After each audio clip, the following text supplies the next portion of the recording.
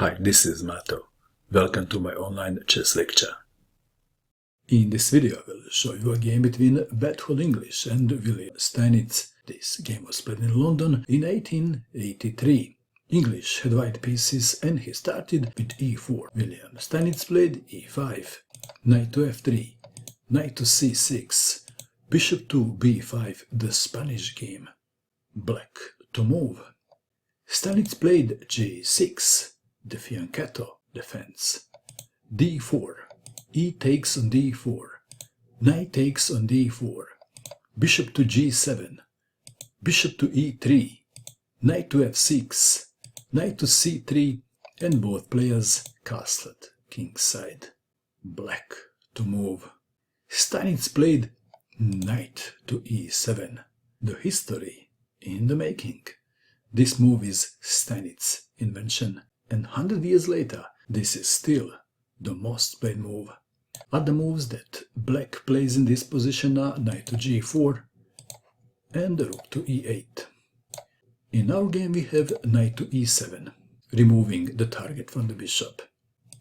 Queen to d2, d5. This reminds me of the accelerated dragon in the Sicilian defense. E takes on d5, knight from e takes on d5, knight takes on d5, queen takes on d5, bishop to e2, black to move.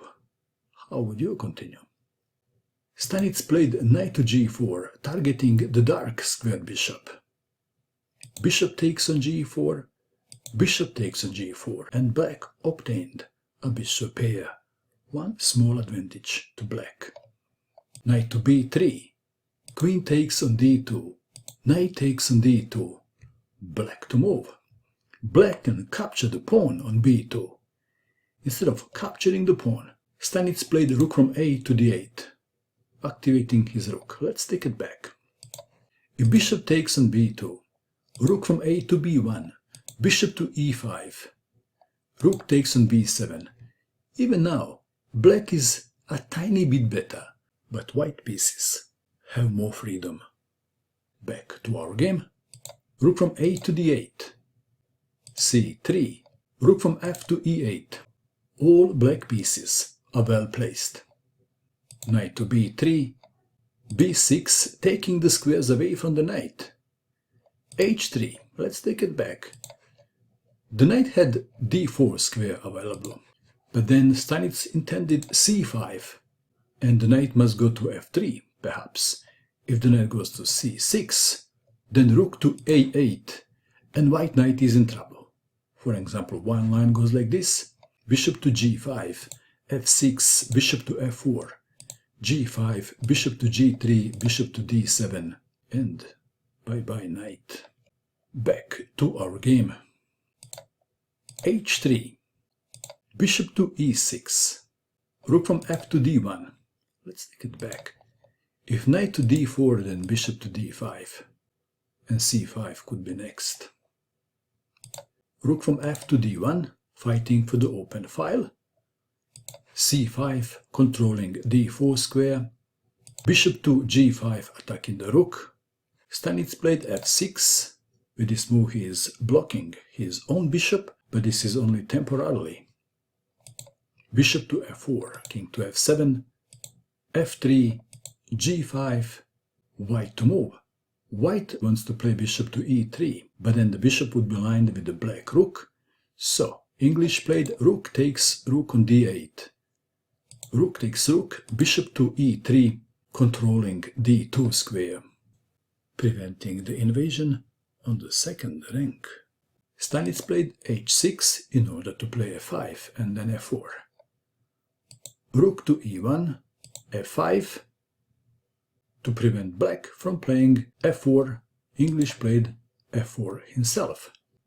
Bishop to f6, g3. If f takes on g5, then h takes on g5, and black is better. Back to our game. g3, a5, knight to c1, a4. This is a positional squeeze, Anaconda style.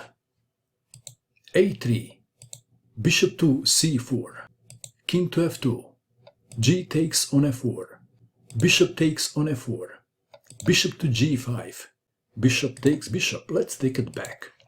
If bishop to e3, then f4, and if g takes on f4, then bishop to h4 check, winning the exchange.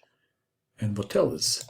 If bishop takes on f4, bishop takes on f4, g takes on f4, rook to d2 check, king to e3, rook takes on b2. Back to our game. Bishop takes on g5, h takes on g5. White to move. And white has a difficult position. Black is threatening rook to d2 check. So, English played king to e3, controlling d2 square, but the king is somewhat exposed.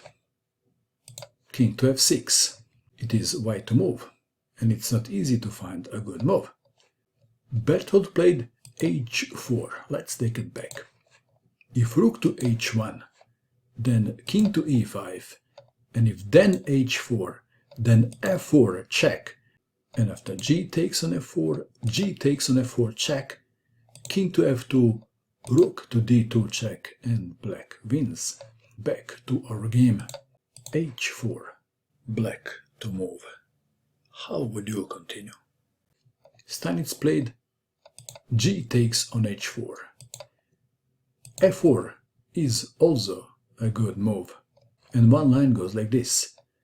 King to f3, f takes on g3, king takes on g3, g takes on h4 check, and after king takes on h4, rook to d2, back to our game. The move that Steinitz played, g takes on h4, is even better. Steinitz calculated the variation until the end. Let's see what happened next. White played the obvious, pawn takes pawn on h4, rook to e8, this is all fours now. King to f2, rook takes rook, king takes rook. Black to move. What did Steinitz have in mind? How would you continue? Steinitz played king to e5. What else? Knight to e2. If king to f2, then king to f4, and black wins. Knight to e2. Bishop takes on e2. Like I said, this is a forced line. King takes on e2, king to f4, c4, king to g4, king to e3. Black to move? How would you continue? You have to be careful until the end. Would you play f4 or king takes pawn? Steinitz played f4 check. King takes on h4 is not a good idea, because then king to f4, and white wins. Back to our game. f4 check, king to e4, f3, king to e3. Black played a move and white resigned, and the move is king to g3. White resigned in view of this continuation. h5, f2, king to e2, king to g2. White pawn is pushed to h6, and black pawn is pushed to f1. Check. And I guess we can stop here. That was indeed the art of positional play by the first world champion, Wilhelm Steinitz. What do you think of this game? And that is all.